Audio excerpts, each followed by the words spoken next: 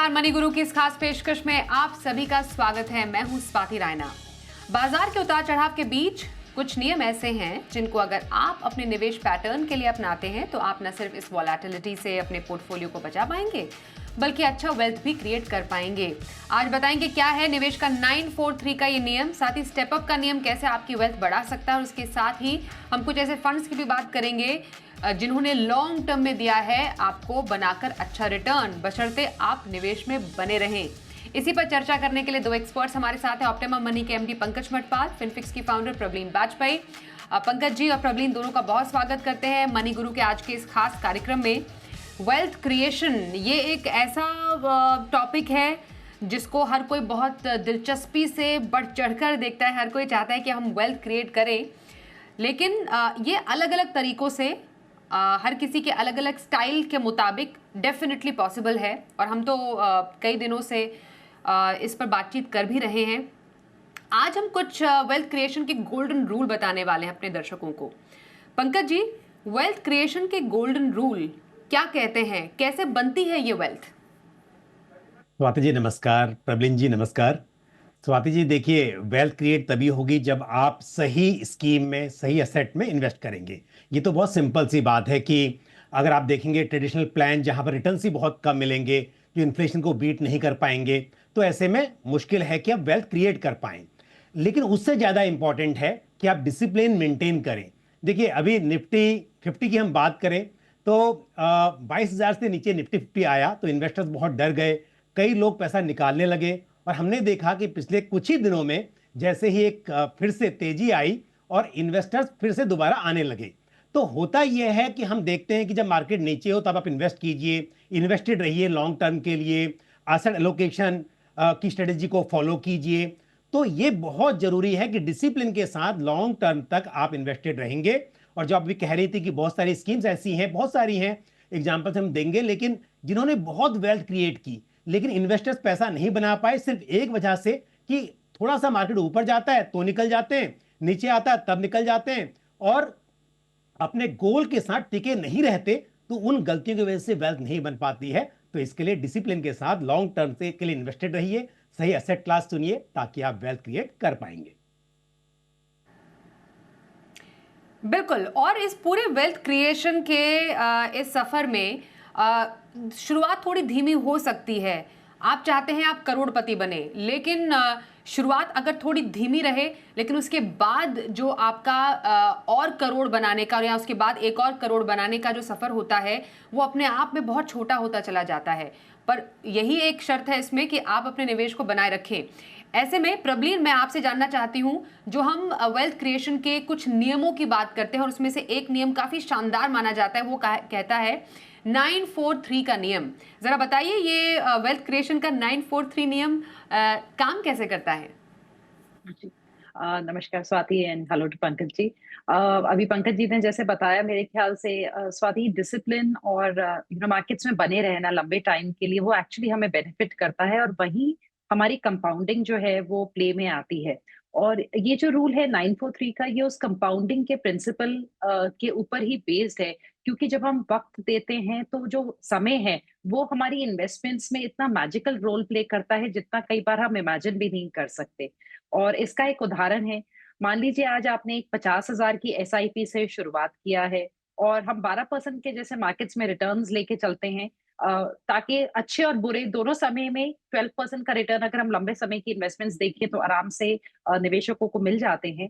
तो हम अपना जो पहला करोड़ है, बिकॉज करोड़पति बनने की चाह मेरे ख्याल से एज अ इन्वेस्टर हम सब में होती है, तो जो हम अपना पहला करोड़ है वो करीबन 9 साल में उस लक्ष्य को पाएंगे। जो 943 में 9 आ गया कि आपने अपना पहला करोड़ 9 साल में बनाया। पर मान लीजिए आप अपनी इन्वेस्टमेंट्स में डटे रहें अच्छे और बुरे समय दोनों में, तो कंपाउंडिंग इतने सुंदर तरीके से वहां प्ले में आएगी कि नेक्स्ट 4 इयर्स में आपका पैसा दुगना हो जाएगा। यानी कि आप 2 करोड़ का जो अमाउंट है वो ओवरऑल 13 इयर्स में पा रहे हैं, यानी कि 9 प्लस अनदर 4 इयर्स में आप उस 13 इयर्स के टाइम में आपने 2 करोड़ हासिल कर लिया। एंड अगर आप वहां से फिर बने रहें अपने निवेश के साथ, अपनी 50,000 की एसआईपी को कंटिन्यू करें, तो ओवरऑल 16 सालों में यानी कि इस 13 साल में और हमने 3 साल जोड़ दिए, 16 साल में आप 3 करोड़ के लक्ष्य पे पहुँच जाएँगे। तो मेरे ख्याल से स्वाति ये जो एक एग्ज़ाम्पल है 943 को दर्शाने के लिए, ये निवेशकों को मोटिवेट भी करना चाहिए और जो एक खूबसूरती है कंपाउंडिंग की, बिकॉज़ जैसे हमारा निवेश का समय बढ़ता है, जितना हमने अपना इन्वेस्टमेंट किया होता है, उसका परसेंटेज घटता चला जाता है और जो ग्रोथ का परसेंटेज होता है हमारे फाइनल रिटर्न्स में, वो बढ़ते चला जाता है। और मेरे ख्याल से जो रूल है, ये उस चीज़ को बहुत अच्छे से दर्शाता है। इसलिए चाहे मार्केट्स में अच्छा समय हो, चाहे बुरा समय हो, अगर आप मार्केट्स में बने रहें, तो लॉन्ग टाइम पीरियड में कंपाउंडिंग का बेनिफिट लेके मेरे ख्याल से इन्वेस्टर्स अपने बहुत सारे लॉन्ग टर्म गोल्स को अचीव कर सकते हैं। एंड बस इसमें आपको मार्केट्स के बुरे और अच्छे समय में बने रहना है। एंड दिस 943 का जो ये रूल है, ये मेरे ख्याल से हर निवेशक की लाइफ में उनको वो मैजिकल कंपाउंडिंग का जो आउटकम है, वो दिखा सकता है फिर। जी, और इसमें भी बहुत ही शानदार बात ये है, हम तो एसआईपी के वंडर की बात करते ही हैं। इस एसआईपी को अगर आप थोड़ा-सा और बढ़ा दें, तो कैसे इस स्टेप अप एसआईपी से आप वेल्थ क्रिएट कर सकते हैं? पंकज जी ज़रा बताइए, क्या ये कोई स्टेप अप एसआईपी का जादू है या फिर एक टेक्नीक है या एक फ़ॉर्मूला है, जिससे आप वेल्थ को आप जितना चाहते थे उससे कई गुना ज़्यादा बढ़ा सकते हैं, बस थोड़ा-सा उसको और टॉप अप करके? बिल्कुल, देखिए स्वाति जी, ये हम चाहे 943 की बात करें या हम स्टेप अप की बात करें, सभी चीज़ें आपका डिसिप्लिन को दिखाती हैं कि यदि आप डिसिप्लिन तरीके से इन्वेस्टमेंट करते हैं, चाहे डिसिप्लिन हो कि आप लंबे समय तक इन्वेस्टेड रहते हैं मार्केट के अच्छे और बुरे दौर में। दूसरी बात यह है कि समय के साथ आपकी इनकम बढ़ती है, उसी हिसाब से आप अपनी इन्वेस्टमेंट को भी बढ़ाते हैं, तो आप वेल्थ क्रिएट करेंगे। तो जो बात हो रही है स्टेप अप एसआईपी की, उदाहरण के तौर पर यदि आप 12% का सीएजीआर मानकर चलते हैं लॉन्ग टर्म में, तो 10,000 की एसआईपी से 1 करोड़ इकट्ठा करने के लिए करीब 20 साल लग जाएंगे। लेकिन हम जानते हैं कि अगर 20 साल की बात हो तो 20 सालों में इनकम कई गुना बढ़ेगी और हर साल यदि मैं 10% का स्टेप अप भी मानकर चलूं, तो आपने 10,000 की एसआईपी की और 10% से स्टेप अप करते गए, वही 12% के सीएजीआर पर 16 ईयर्स में ही आपका 1 करोड़ बन जाएगा। यानी कि जहां आपको 20 साल लग रहे थे, आपके 4 साल बच गए। और स्वाति जी, ये तो एक सिंपल समझाने के तरीका अच्छा है, पर मैं सच बोलूं तो हमारी इनकम किसी भी कंडीशन में इससे ज़्यादा बढ़ जाती है। उसकी कई वजह होती हैं। एक तो ये है कि रेगुलर जो चाहे सैलरी हो या बिजनेस हो, इन्फ्लेशन के हिसाब से उसमें इंक्रीमेंट होता है। उसके अलावा इतने लंबे समय की बात की जाए तो प्रमोशन भी होंगे, बिजनेस में एक्स्ट्रा ऑर्डिनरी ग्रोथ भी हो सकती है। तो उस हिसाब से देखा जाए तो इन्वेस्टर अगर डिसिप्लिन मेंटेन करे, लंबे समय तक इन्वेस्टेड रहे और समय के साथ जिस हिसाब से इनकम बढ़े, जहां 20% बढ़ी, 30% बढ़ी, आपने उस हिसाब से बढ़ा दिया, तो ये 1 करोड़ की बात नहीं, कई करोड़ रुपया इकट्ठा कर सकते हैं। तो हमेशा ध्यान दीजिए कि सही एसेट क्लास चुनना और इन्वेस्टेड रहना, समय के साथ में उसे बढ़ाते रहना।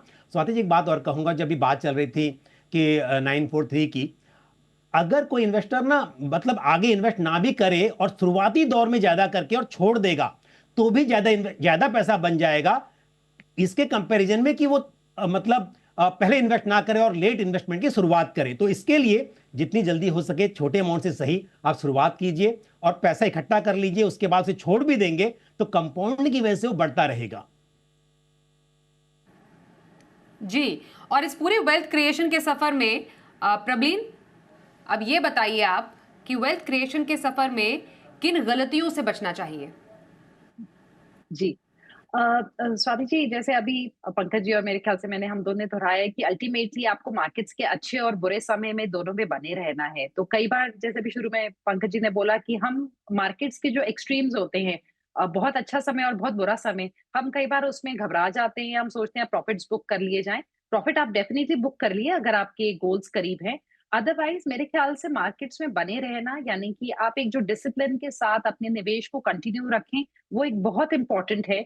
कि आप मार्केट्स के साइकिल के साथ अपने आप का जो आपका निवेश है उसको आप कंटिन्यू रखते हैं।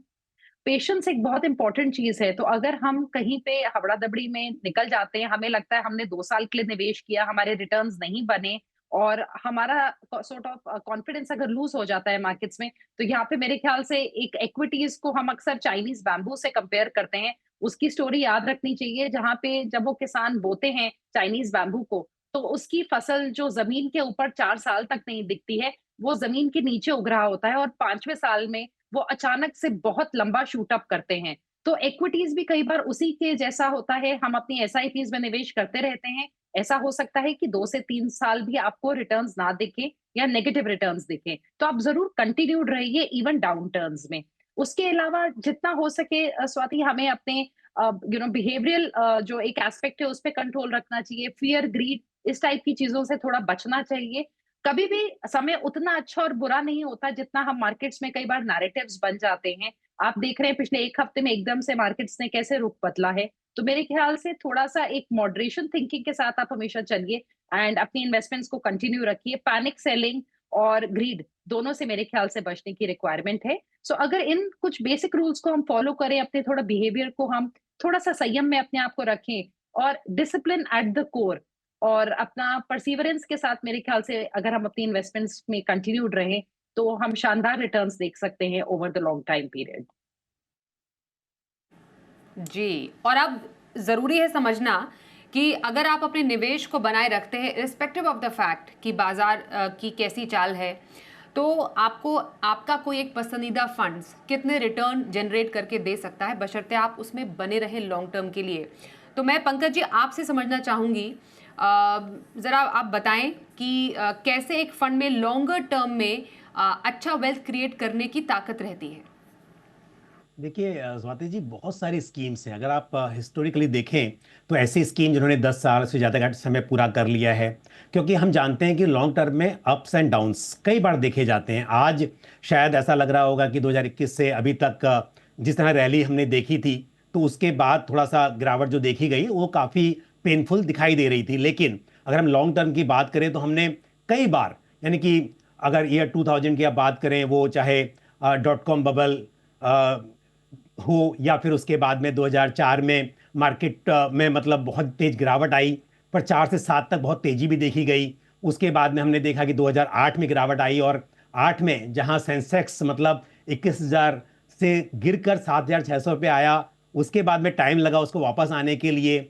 और इस तरह की चीजें मतलब, और फिर 2020 में जो गिरावट हमने देखी, तो ये गिरावट कई बार आई है, पहली बार नहीं हुआ है। ऐसे में यदि आप एक स्कीम का चुनाव करते हैं और लॉन्ग टर्म तक इन्वेस्टेड रहते हैं, अभी जैसे प्रबलिन जी कह रही थी कि अगर गोल है आपका और वो अचीव हो गया है, तो आपको डेफिनेटली गोल बुक करने के हिसाब से रिडीम करनी है यूनिट्स, वो आपका अधिकार है।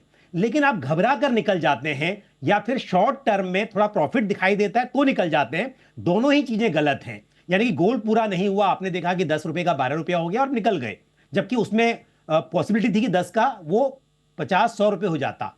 और दूसरी बात वही है कि वो गिरावट आई, आप घबरा गए, आपको लगा अब तो जीरो होने वाला है और आप निकल गए। ये दोनों स्थिति बहुत खराब होती हैं। तो यदि फंड्स की बात करें तो बहुत सारे एग्जांपल्स हैं, लेकिन चलिए पारंपरिक फ्लेक्सी कैप फंड की बात कर लेते हैं। तो इसकी अगर हम देखें तो लॉन्ग टर्म में यदि 10 साल की बात करेंगे तो करीब 18% का यहां पर रिटर्न निकल कर आया CAGR बेसिस पर।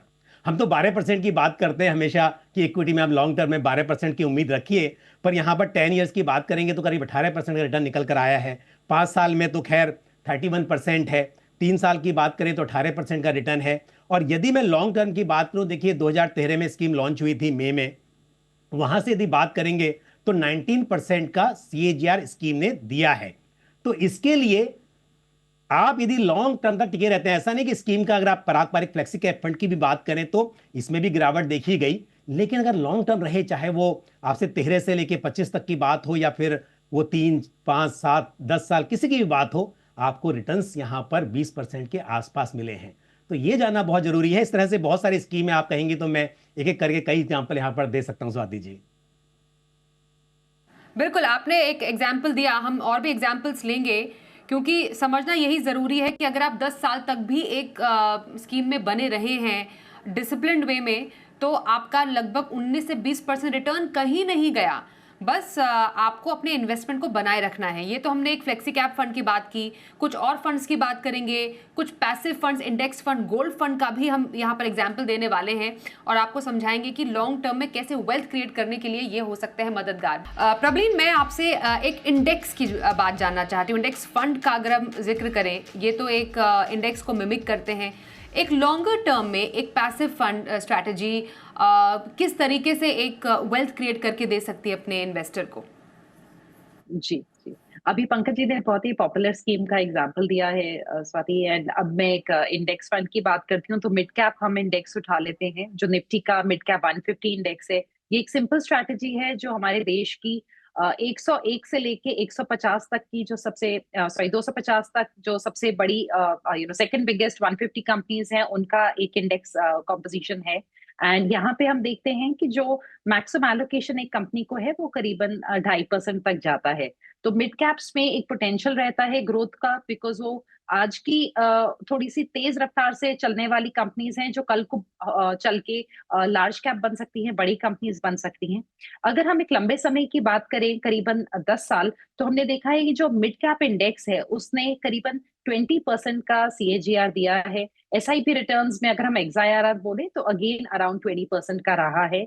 5 इयर्स में करीबन 22%, 22.91 टू बी प्रिसाइज, तो ऑलमोस्ट 23% का। और 7 साल में करीबन 21% का XIRR दिया है।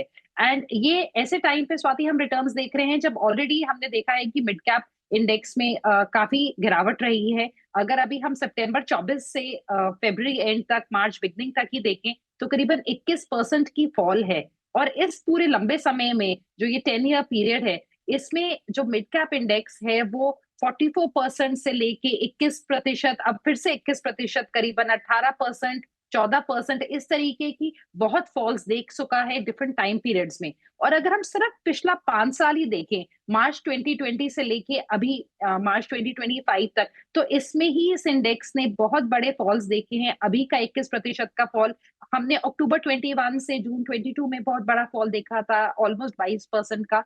तो स्वाति बेसिकली इस पूरे चीज की जो समरी वो ये है कि एक सिंपल स्ट्रैटेजी है जो हमें मिड कैप्स में एक्सपोजर देती है। और 5 ईयर का अगर हम टेन्योर देखें और रोलिंग रिटर्न्स देखें, तो सिर्फ एक actively managed mid cap fund है जिसने मिड कैप इंडेक्स को बीट किया है। तो बहुत सिंपल स्ट्रैटेजी है जो आपको एक ही चीज करनी है कि मार्केट फॉल्स में बने रहना है, एंड आई थिंक आपके लॉन्ग टर्म के रिटर्न्स बन सकते हैं। बिल्कुल, चाहे एक्टिव रहे या पैसिव स्ट्रैटेजी रहे, ये आंकड़े बताते हैं कि लॉन्ग टर्म में ये आपको औसतन 20% तक का रिटर्न बनाकर जरूर दे सकते हैं। Pankaj ji, over to you now. आपके बाकी दो जो फंड्स जिसका आप जिक्र करने वाले थे, कौन से रहेंगे? बिल्कुल स्वाति, देखिए यहाँ पर ना अभी मैंने एक एक्टिव फंड बताया जो कि फ्लेक्सी कैप कैटेगरी का फंड था। प्रबलिन जी ने एक पैसिव फंड बताया जो कि मिड कैप फंड था। इस बात से एक बात और समझ में आती है कि आपके पोर्टफोलियो में डाइवर्सिफिकेशन जरूरी है। तो एक्टिव और पैसिव के बीच भी आपका पोर्टफोलियो डाइवर्सिफाई होना चाहिए, और साथ ही अलग अलग कैटेगरीज भी आपके पोर्टफोलियो में रहनी चाहिए। तो जो मैंने बात की पहले फ्लेक्सी कैप की, अभी मैं बात करूंगा एक वैल्यू स्टाइल फंड की। अगर हम बात करें ICICI prudential value discovery fund की, बहुत ही पुराना फंड है, 2004 में ये लॉन्च हुआ था। और क्योंकि डायरेक्ट प्लान तो बाद में आए, उस टाइम पर तो रेगुलर प्लान ही होते थे। तो अगर मैं 2004 से सिंस इंसेप्शन इसकी बात करूं, तो स्कीम ने 20% का 20.06 टू बी वेरी प्रिसाइज, अगर मैं कल की एनएवी के हिसाब से बात करूं, तो 20% का रिटर्न CAGR बेसिस पर स्कीम ने दिया है। और अगर आप अभी बात करें हम 3 साल, 5 साल या 10 साल की, तो लास्ट 3 इयर्स में भी 20% का रिटर्न आया है। आप 5 साल की बात करेंगे तो खैर वहां तो बहुत ही अच्छा रिटर्न 32% के आसपास का CAGR स्कीम ने दिया। और 10 साल की बात करें तो करीब 15% का CAGR यहां पर निकल कर आया।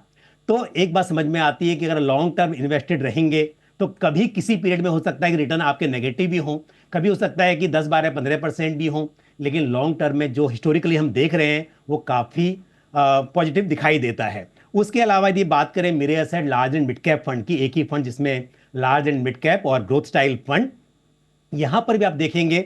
देखिए ये स्कीम जुलाई 2010 में लॉन्च हुई थी। तो वैल्यू डिस्कवरी ने तो खैर 20 साल पूरे कर लिए, पर ये स्कीम ने भी 15 साल करीब करीब पूरे होने वाले हैं स्कीम के। तो स्कीम ने पिछले 3 साल में जहां करीब 13% का रिटर्न दिया, लेकिन अगर 5 साल की बात करें तो 26% का CAGR रहा। वहीं 10 साल की बात की जाए तो करीब 17% के आसपास रिटर्न रहा। और सिंस इंसेप्शन इस स्कीम ने भी, अगर हम 2010 से लेकर अभी तक बात करें, तो 19% से अधिक का CAGR डिलीवर किया है। तो यानी कि हम हमेशा, ये सुन के तो मुझे लगता है व्यूअर्स को काफ़ी मोटिवेशन मिल रहा होगा, जब हम 12% पर कैलकुलेट करते हैं तब भी हम कहते हैं कि आपका करोड़ रुपया कितने टाइम में बन जाएगा।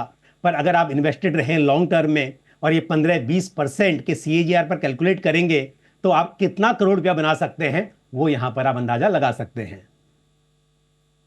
बिल्कुल। प्रवीण, मैं थोड़ा इंटरेस्टेड हूँ अब ये जानने में। हमने तमाम कैटेगरीज की बात की, मिड कैप हो गया, एक लार्ज कैप भी हो गया, लार्ज एंड मिड का भी हमने फ्लेवर समझ लिया कि लॉन्गर टर्म में कैसा रहा है प्रदर्शन। गोल्ड तो काफ़ी ज़्यादा चमक रहा है। गोल्ड लॉन्गर टर्म में कोई इन्वेस्ट किसी ने किया थ्रू फंड या ईटीएफ, तो कैसा रिटर्न बना है लॉन्गर टर्म में? जी। स्वाति, मेरे ख्याल से गोल्ड फंड में पैसे डालना, जो आगे ईटीएफ में इन्वेस्ट करता है, बहुत ही आसान और सरल तरीका है इन्वेस्ट करने का, बिकॉज आप एसआईपी के माध्यम से कर सकते हैं। और अगर हम एसआईपी के रिटर्न्स देखें तो 10 साल में गोल्ड फंड्स ने करीबन 14.5% का रिटर्न दिया है। पिछले 5 साल में करीबन 17.5% का रिटर्न दिया है, विच आई थिंक बहुत ही एक्सेप्शनल रिटर्न है गोल्ड के। गोल्ड हम लोगों को एक कंफर्ट भी देता है, अपने पोर्टफोलियो में डाइवर्सिफिकेशन देता है। और अब जो टैक्सेशन है जिसपे वो 12.5% पे टैक्स होगा, मेरे ख्याल से उससे गोल्ड फंड्स का एडिशन पोर्टफोलियोज में थोड़ा और सरल हो जाता है, बिकॉज पिछले साल तक इसको हमें टैक्सेबल था हमारे स्लैब रेट पे। तो मेरे ख्याल से यहाँ पे एक बेनिफिट वो भी अब है। और अगर हम गोल्ड को देखें और जब हम इलेक्ट्रॉनिकली इन्वेस्ट कर रहे हैं, तो इसकी भी फॉल्स हमें ये बताती हैं कि गोल्ड में भी फॉल्स आती हैं। अगर हम अक्टूबर 2016 से दिसंबर 2016 देखें तो 13.5% का फॉल था। मार्च 2020 तक में गोल्ड गिरा था करीबन 9% से। तो डिफरेंट टाइम पीरियड्स में हमने गोल्ड्स में भी गिरावट देखी है, गोल्ड फंड्स में, जो हम अक्सर सोचते हैं कि सिर्फ इक्विटी में होता है। पर जब हम इलेक्ट्रॉनिकली इन्वेस्ट करेंगे तो हमें पता चलेगा कि गोल्ड में भी ऐसा होता है। और अल्टीमेटली जो मूल मंत्र है वो सेम है कि आपको इन्वेस्टेड रहना है और दोनों डाउन टर्न्स और अपसाइड का बेनिफिट लेना है। आपको डाउन टर्न्स में, मार्केट के बुरे समय में डेफिनेटली उनका साथ देना है। And I think long term के लिए गोल्ड का एडिशन पोर्टफोलियोज में बहुत ही मान लीजिए एक चमक डेफिनेटली ऐड कर सकता है और आपके करोड़पति बनने के लक्ष्य के करीब आपको जल्दी लेके जा सकता है। बिल्कुल। तो एक डाइवर्सिफाइड पोर्टफोलियो हमने दोनों ही अपने एक्सपर्ट्स के जरिए आपको थोड़ा सा बताने की कोशिश की। हो सकता है इसमें से काफ़ी फंड्स आपके पास ऑलरेडी हो, काफ़ी में आपको अब इंटरेस्ट जगा हो, पर यह आपके अपने लक्ष्य पर डिपेंड करता है आप कौन सा फंड चुने। हमने आपको बस बताया कि लॉन्ग टर्म में किसी फंड में निवेशित रहने के क्या है फ़ायदे और वेल्थ क्रिएट कैसे होती है। बहुत बहुत धन्यवाद हम करेंगे हमारे दोनों ही एक्सपर्ट्स का हमारे साथ इस कार्यक्रम में शामिल होने के लिए। Pankaj ji, thank you so much. Praveen, धन्यवाद आपका भी हमारे साथ कार्यक्रम में शामिल होने के लिए। एक ब्रेक का वक्त हो गया है, देखते रहिए जी बिजनेस।